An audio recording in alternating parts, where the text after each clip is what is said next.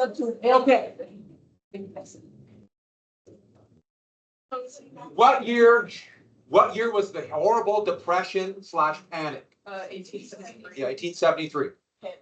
And where, or what happened when the governor of Pennsylvania sent out the militia? The militia joined the strike. Yeah, so a worldwide strike when they joined the strike. What came out of, what was created to make sure this wouldn't happen again, to make the militia protection? Yeah, the National Guard. And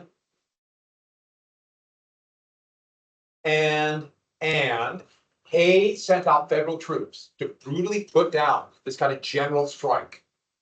What kind of troops did they use? Black soldiers to put down white workers, to use racism so they don't divide. And that would be the norm for 40 years. I did tell you about the two regiments of they call, so at the time, the segregated color regiments in Missoula to put down strikers in Montana and Idaho. Yeah. Not right now. So, we'll have a little bit of time at the end. Don't do it then. So let's get back to this boom bust cycle. This boom bust cycle is endemic in politics. You have to reproduce the basic amounts, basic parts of it on your test. I'll show you exactly in a second. So we have all this, right? Yeah. And this is what's happening when there was a bust. All these things going down. Overproduction, and then the cutbacks. So we have supply and demand. Did we get right here and say demand? We said demand and then supply. We said, and what else? And we got up to supply. Oh, so we got all the way up to demand. And then supply. And who usually creates demand? It's either technology or what? Government. That's something by government. Something by government. Like the New Deal, whatever. Everyone, to make products. We could go on through a number of different examples of that. So we got more supply. Is that right where we quit? Yeah. So what happens eventually? They try to get more work out of their workers, produce more. Eventually, they need more workers. What happens to unemployment eventually? They're all happy about it. Does unemployment go up or down? Yeah, unemployment goes down. And that puts more money in more workers' hands. And what does it create? Here's the engine of this economic growth. Unemployment creates more demand. Unemployment creates more demand. And once you have that, you start getting something, prices begin to slowly go up. Profits begin to slowly go up. Credit, banks are more willing to loan money. Banks are more willing. And the last big thing for the boom, wages begin to go up. And that is the boom bust cycle. That last thing, once wages start going, that's when you start getting this confident feeling. This feeling that the economy is going to grow and that we're all going to make money. And it's time to start spending and investing and borrow money. And how long will this boom last? What does everybody think in the middle of a boom? Forever. They always think that. So I know what you're thinking, Bracey, you just got out of the bus. Yeah, this time's different. This time I know. There's a euphoria, and it's just interesting to me. It always happens. And let me tell you my one story, very good story of the euphoria. So North Dakota had the big oil boom. And we're talking now about 15 years ago now. It's peak, even longer than that. And all of a sudden, like Williston, North Dakota, housing prices went up by 500%. I know what you're thinking. We all want to live in Williston. I mean, you can almost see the RTC from there. But I have a friend of mine who decided to take his entire retirement and put it as a down payment to buy a duplex in Williston because it's just going to keep making money. Don't do it. Nobody wants to live in Williston unless they have to. And he refused to believe me and bought it. And you know what happened to the value of that duplex? The boom ended. Lost everything. I felt really bad for him, but he refused to believe that the prices would ever go down. He thought I was just being stupid for not doing this. Now I'm cautious with money, so I was like, I wouldn't do that anyways. So somebody's making too cautious about that kind of thing. The euphoria hit him. I felt really bad for him. It's kind of thing he's going to have to, work for another 5 or 6 years instead of retire. It's really tough. There's my cautionary note. Don't go to North Dakota. Right? Be wary of North Dakota. So back to this. Who benefits in this? Who benefits during a bust? Obviously, people are hurt, but some people aren't. What kind of people do well when the economy crashes? Those who have wealth and didn't blow it on speculation, like those who got out before the bubble crashed, before that bubble burst. Those who got out. And this is something that is endemic with a bust, as you can hear from the dramatic music next door. The big, and I mean big companies, big corporations, or wealthy, big, they always get big. Always. If they survive, if they sometimes luck out and got out before the crash, got out before the panic, they get big. Companies get bigger. Think about how easy it would be to buy from competitors when it crashes. That's why when New Jersey changed their law, then they had the panic in 1893, and then a few years afterwards, when all the states changed their laws, merger mania. And we saw the same thing in 2008, 2009, and we saw the same exact thing during COVID, when the economy crashed. Now, that one, the government acted, especially first under Trump, but especially under Biden, acted to pump a bunch of money in the economy. So the crash was relatively short, but well focused to the top. So the big ones get bigger, meaning fewer companies. Every time there's a bust, fewer companies in a market, meaning closer to what is it when a few companies control a market and it's like a monopoly. Yeah, more and more oligopolies, sometimes full-fledged monopolies. Wealth in the hands of a few. So, who was the person, pre-economist? The term did not exist yet. That was not yet a field of study. You have to wait about another 20 years. But who was the person who we would say today is an economist who came up with this? 1868, 1869. I'll give you a hint. He said this is proof that capitalism is inherently flawed. Marx. So we put that down. Karl Marx, in his book Das Kapital, is the one who came up with the boom bust cycle. He was a talented economist. Now, as I mentioned yesterday and the day before, his descriptions about what to do with this kind of bled into, revolution and perfect socialism. I'm not sure how that would actually happen, but this is endemic in capitalism. Every single bust follows this, including the one in your lifetime. Something's going to crash. There'll be oversupply and something crashes demand. Always. So the big benefit. So this still applies today. But now, what do you do with it? Great, we know this. What do you do? Well, there were tools then, but there are tools now. So it's time to tell you a little bit what they do now. There are a bunch of things they can do. But the most important, basic, and quickest thing a country could do was after the United States had their national bank again.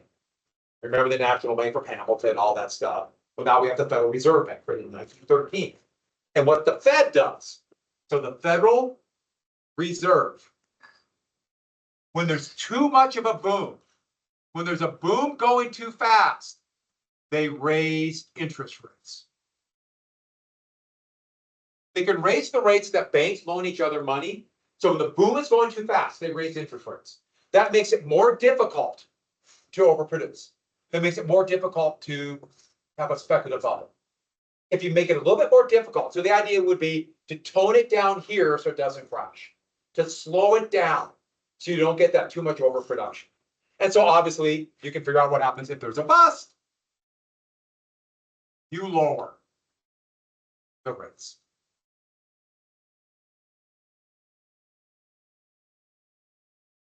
So prices going up too fast and there's too much of a boom, they raise. And that's what happened in 2021, 2022, 2023. What has the Fed done recently? They've lowered interest rates 2 times. So what does that tell you? They're not sure. It's really hard to figure out where you're at right now. We could be still here. Pretty sure. Just about ready to go here. And the Federal Reserve thinks we're somewhere in this deflation. That's where they think right now. My guess is they think we're somewhere in trouble. The economy is still very strong, but all it's gonna take is one big shock. That's what happened if those tariffs would have kept going. That would have been the shock. We would have been pretty quick. Probably. That's where the markets all broke down to. That's probably why President Trump backed away. Or, for example, if the federal government is paying the $6 trillion it pays later, then that could cause a shock. So that's things that could happen, just things like that. You know what I'm referring to? President Trump has given Elon Musk basically the clues to the entire United States government. He spent $6 trillion getting it appears as though anyway he wants. They're rewriting codes, they're taking our personal information. He appears to have all of our social security numbers, all of our personal banking and stuff information, all of it. They put it on those servers and just walked out. Yeah, they have it all. So what does that mean? Talking about firing everybody. So if they have one shock, that could be, that could crash the bubble. So that's, we could be here. We could be here. This is the problem with it. Last one. Yeah, we have to relate it to today. I'm actually very conservative. Very conservative. Here's the biggie. Now we got to get back into policy, how this affects politics. We make some rules, therefore affects our life, affects our history, and helps us prepare for the future.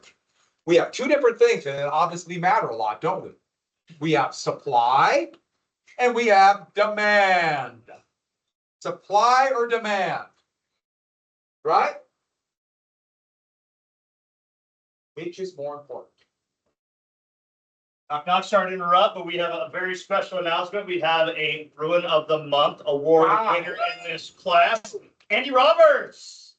Yeah. Wow, let's go. Good job.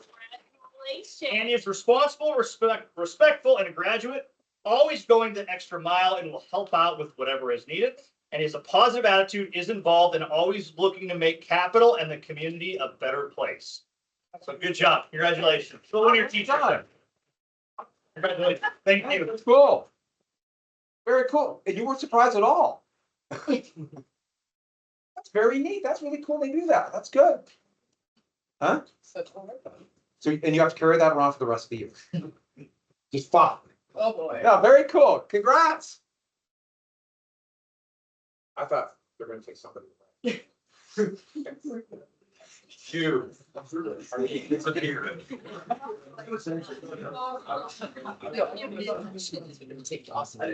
Oh, back to this. Where were we? Oh yeah, now back to supply and demand. What is more important? What is more important? Should we, as a nation, help the suppliers of goods? That means business, those who can afford to invest. Should we help them? Everyone got that? Or should we help the demand? And that means consumers. So that means things like higher wages for workers so they can afford to buy more goods and feeling secure about the future so they invest today. You're not worried about their job today. What's more important? The demand side. And that means all the workers, or let's focus on the supply so they can make products and hire workers. Or do you want people to buy? Which is more important? This is what we call the most important economic question, period. This is the most important question about the role of government in our lives. This is the most important question about the value of money, or for that matter, what your future will be like is on what's more important, suppliers or demand. Now, Tarek, remember I told you laissez-faire economics. They're starting to call it conservative economics by 1880s, 1890s. So conservative economics. Which one is conservative? Helping the suppliers or helping demand?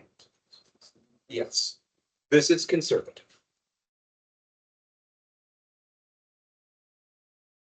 So if we're going to keep capitalism, the idea is the best way to help them, according to conservative economics, is to pour money in the hands of those who produce the goods.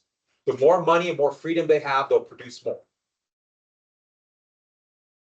Now, this had all kinds of different names. So the demand side, this is like, okay, we're not socialists. We want some kind of capitalism. But what's it going to be? At first, they're gonna be called populists, and then we'll have progressives. And then Franklin Roosevelt will call this, going actually against the initial name of this, demand side is liberal. That is liberal economics. Now, we haven't quite gotten to that, because we still have like piecemeal of that. This kind of goes back, like Jackson kind of believed this, but it didn't know how to do that. Capitalism so new. What do we do? Yeah, we're gonna have massive tax cuts for the very wealthy with the idea of helping the supporters. Unprecedented tax cuts. I mean, that's why they're talking about getting rid of the Department of Education. So they save that money, which is very much, but save that money and save that and to funnel it to wealthy people, with the idea being, they say, they'll build factories. Now, of course, they don't need to build factories, they can build a mansion. But the point is, they know best, they'll build factories. Which one is more social Darwinist? It's kind of by definition, it's which one? They know best. So hierarchies. Does that make sense? Believe more in hierarchies. Yeah, I mean, the underlying principle of the current administration is to funnel money to the wealthy. Yes. No, not right now. You're fine. You're tough as nails. Huh? You came, the last person here. Huh? You're in the top 30 toughest people in this room. I think this is really good. You're right. 35. Couple days in really quick. So, what's going to come out of this boom bust cycle? We have to know. Oh, I almost forgot. All right. What do you need to reproduce? On the test, as long as you have something that shows the boom and a couple examples of what the boom meant, like higher prices, like inflation, something like that. And then have overproduction, supply, and supply will lead to cutbacks and a drop in demand. That's the bust. And you have something about demand. Something has to pick up demand, and that leads to greater supply. You have to have that. Has everyone got that? We do that one more time. Just one more. I can and will. Thank you. Overproduction and supply, which will lead to cutbacks and dropping of demand. And that's the bust. And what's going to come out of this? Demand, usually by government. Sometimes works well, sometimes doesn't. And that demand will lead to greater supply, and that will get out.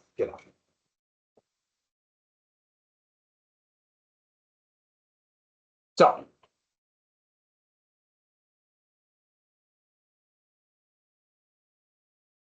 Got 30 seconds, go. 28. Is it like a sentence? All right, so. Labor union. You're gonna do a quick little drawing. Yeah, just like, just make a little, Oh, I just. everyone got there, just make a little drawing, boom, Say, couple words, just make Okay. that's all. You don't need every detail for the test, as long as you have that basic idea about demand, supply and demand. and that's the main question. Yeah, that'll be on the main test. If everything goes right, I'll be next week. You know me, I never know. Life goes on though. So, unionism. So what came out of this is another reemergence of union, not only unions, but also an absolutely cruel in some ways, but determined fight to stop labor unions. And I'll show you how cruel this is going to be at Homestead. But once again, remember collective bargaining, all the workers get together. One worker has very little power, all the workers together have power. That's economies of scale. I mean, you can imagine how it'd be so much easier as an employer if you don't have to deal with individuals. And yet, if they all come, then it's kind of difficult. You can replace one, you can't replace everybody immediately. I guess you can replace everybody immediately, but you're going to have massive drop in productivity. Next, there are two different types of unions. One is called either a craft or trade union. Trade union or craft union. And these are skilled workers, like locomotive engineers, or puddlers, or the growing field of electrician. Skilled workers have a certificate. They have some kind of skill. That is a union of them. When I first started teaching, we had a trade union for teachers. Allen Education Foundation was only for teachers. So we all had to have, you know, a degree, certification, you had to have certain things to become part of this union. And so that was a very narrow, and that's good, a large portion of the labor unions today. And then another type is called industrial, and that is all workers, regardless of skill. So there's so many workers who might be very skilled, but they don't have the certificate. And if don't have the certificate, there's not as many of them, so wages drop. So they're all workers. And there will be some resistance from skilled workers who don't want these workers in it. So what was about 7 years of my teaching career, our union had, it was proposed, had a vote to allow everybody else who worked in the school district in our union. So to allow the custodians, the paraprofessionals, and the secretarial staff into our union. And we had to vote. And it barely passed because there were a lot of teachers who were like, well, we don't want, we have a kind of this only teachers. That is our special union. We shouldn't allow the others in it. And you can tell by the way I'm framing that, I wanted the others in it, but others didn't. But, kind of like, well, I don't have much, but that's my one little thing I have. That's kind of the attitude that some people have. But now we are all one big union. Now, I'm on a different contract than the custodial staff or whatever, but we all negotiate together. Gives us a little more power. And the big things about working conditions, especially does democracy apply on the workplace? So here's a great cartoon from a union called the IWW. We'll get to them later. They were big in Butte. And it's workers individual, not much power, but together it's one big fist working together. That became one of the symbols, the fist. You're all working together. The story, 5 fingers. You punch somebody like this, no power, individuals. You break your finger. Together we have power. Of course, that would also be used by fascists too. So it could go either direction on that. And the biggest issue of the time that directly affected most people about working conditions, as awful as some of these conditions are going to be, and we'll read about that next week, will be about child labor. By the end of the century, almost 20% of all children under the age of 15 are working full-time jobs. Whether they be on the farm on the right picking cotton, the two on top, either side on top, textile mills, or the hell of being a breaker boy in the coal mines. Risk falling down the chute and being mangled or even killed. And 2 things about it. First off, let's get to the most basic bread and butter issue. What does child labor do to all wages? It drops everybody's wages. It drops them all because remember, this is the wage market, labor market. And child labor increases the size of the labor market and therefore pushes labor down. You get rid of child labor, adult workers have greater negotiating power. But let's get to the other point. What about the hope? I mean, if you're a parent, you hope your kids have a better life than you. What kind of hope do you have if you have no choice because you're literally starving to send your 10-year-old child to go work like this? Where the best chance they have is to not be mangled. So then maybe they'll get another job in the mine for the rest of their life. Just like probably. That's the kind of hope you want. And what kind of hope are they going to have for the future? If you don't have hope for the future, today is meaningless. Who cares? Once again, as I said it before, every one of you are in this class because you have hope for the future. You think it's going to be worth it in whatever way. We all come up with all kinds of ways, but you think tomorrow is worth it. If you didn't have hope for the future, why would you care about doing well on something like this? Who cares? You probably see classmates that are like that. I don't care about this. Well, because they have no hope for the future. They just can't see it. They can't see a benefit. It doesn't matter. It doesn't matter. You see a benefit, or maybe your parents did it made you, but same net effect, right? Same net effect. You have hope. If you don't have hope for the future, and I'll come back to this point again and again for the 20th century. You can go through neighborhoods. We have a lot of people you can tell they don't have hope. Just look at their yards. their homes. Doesn't matter. That's really sad. Yes, but people say, oh, look at them, look how they live. Well, that's very social Darwinistic. You don't have hope, why care about it? Really important issue. So back to this. Two major unions. The first one will be created before the panic, but really take effect after about 1877, the Knights of Labor. There's another attempt called the National Labor Union. They couldn't survive the panic. Terrence Powderly would reorganize this union. And I love, not only this is a painting, but look how they really did a great job with that mustache, didn't they?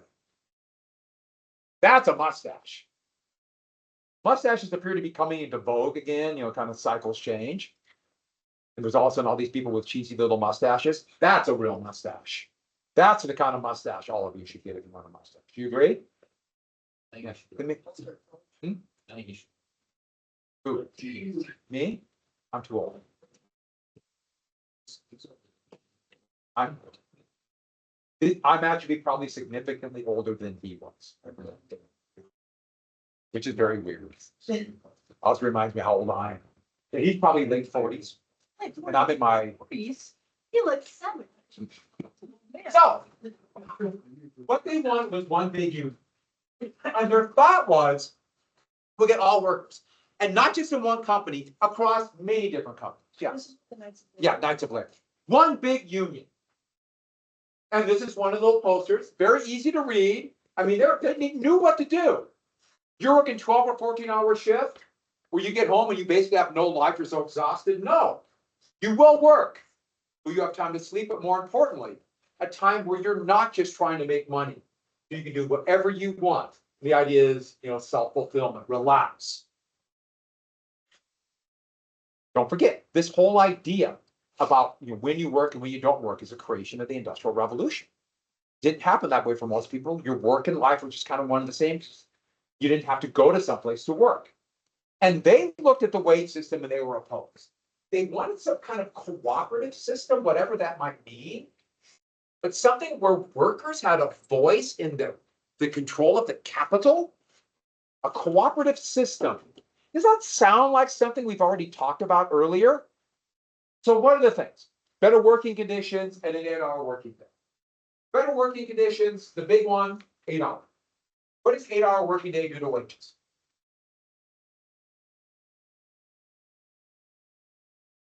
So let's say you had electricity. Company electricity, they go 24 hours a day, and they did 2 12-hour shifts. Make sense, right? Everyone get that image? 8-hour working day, that means you need 3 shifts. That increases the demand for workers by 1/3. Increases wages. 8-hour working day increases wages. So it's not just to get a break. By the way, when would unions finally win the big victory and get an 8-hour working day? Anybody know the year? 1938. It's coming then. Yeah, it's relatively recent, isn't it? So, women's rights, civil rights.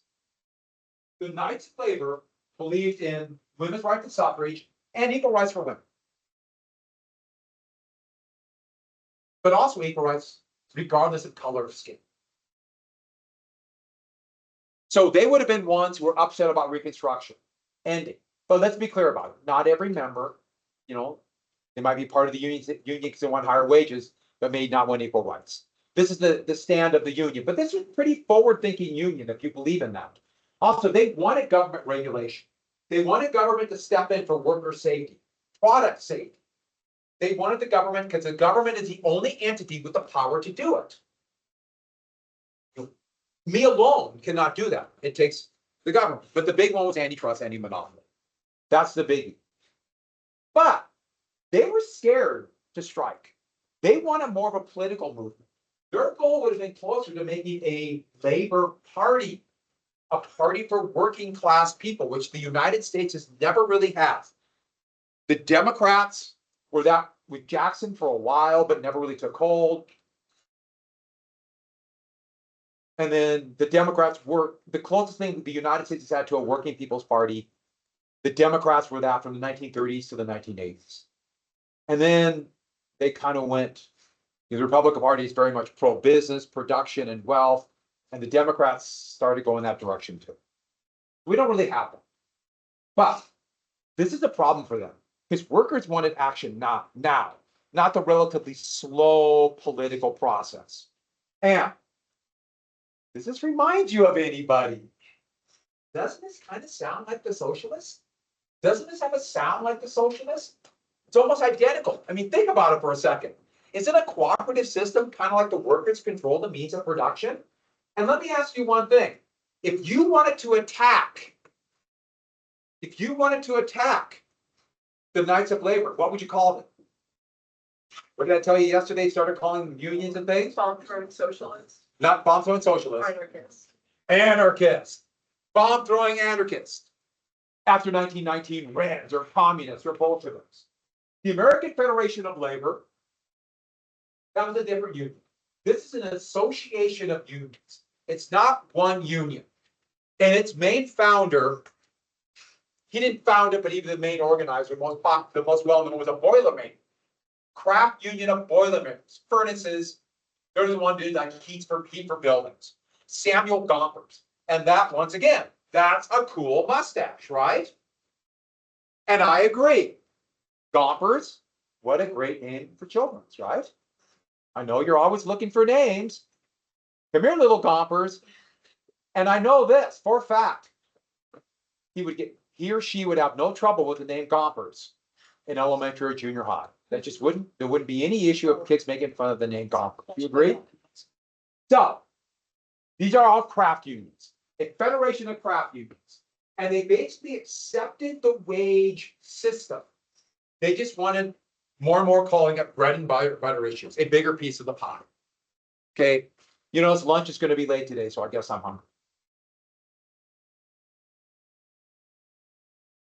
These are steel workers striking in the 1930s. We don't want trouble, not revolutionaries. We just want a fair living for our families. Fair living for our families. So they wanted, I just put down 8-hour workday, working conditions, etc. They wanted the same basic things of the Knights of Labor. A few I didn't put in there, but just put a little arrow, but it's the same things. They also wanted, I'll come to back to this, like a progressive income tax.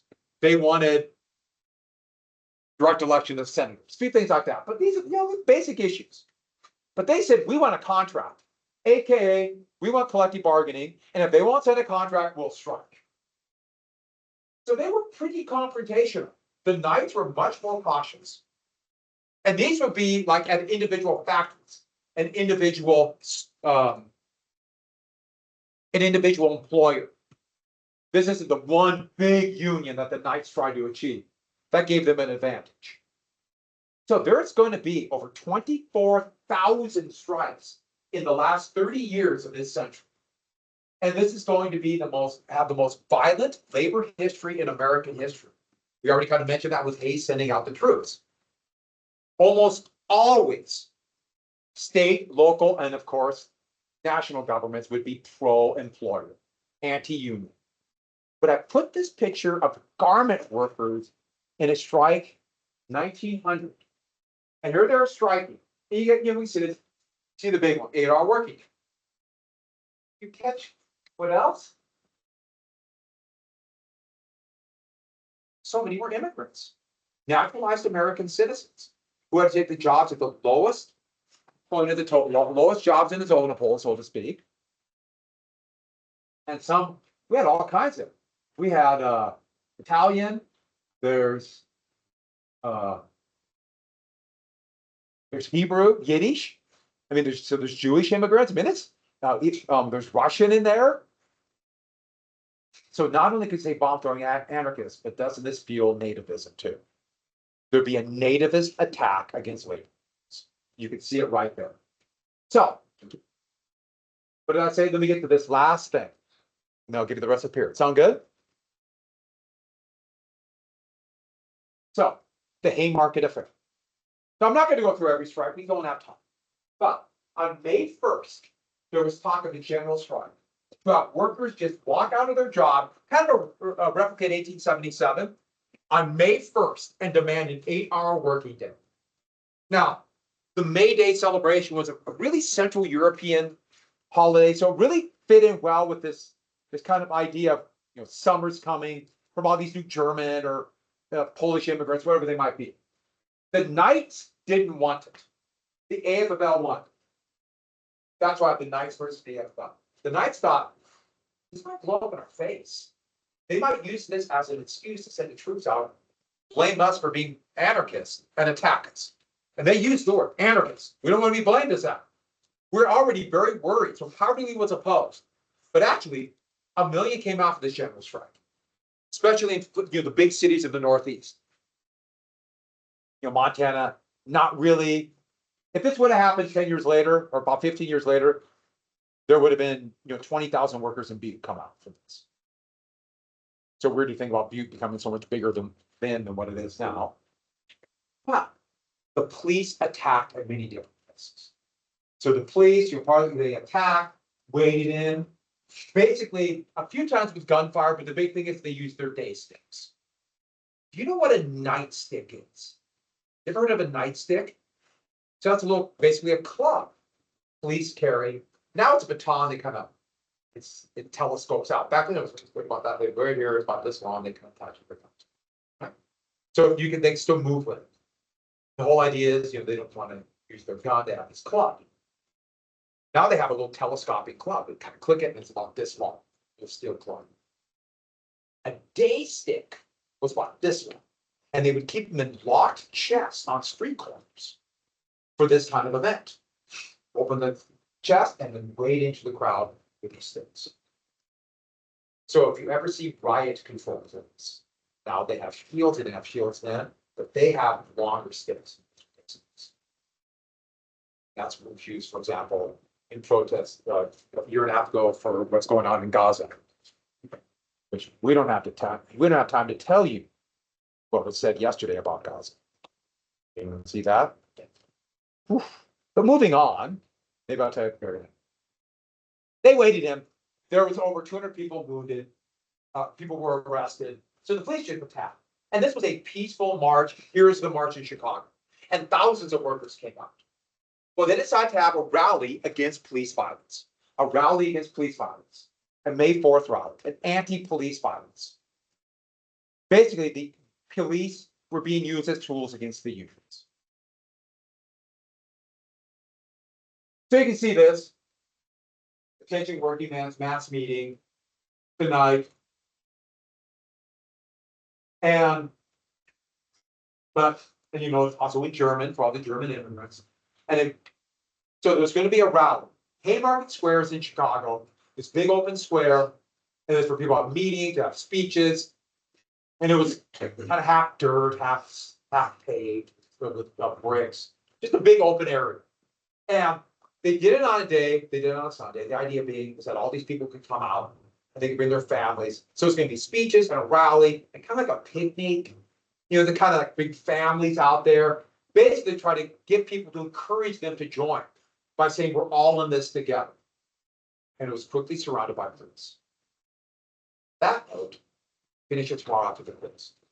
Do you know what happened in Ghana? Anybody know what President Trump said yet?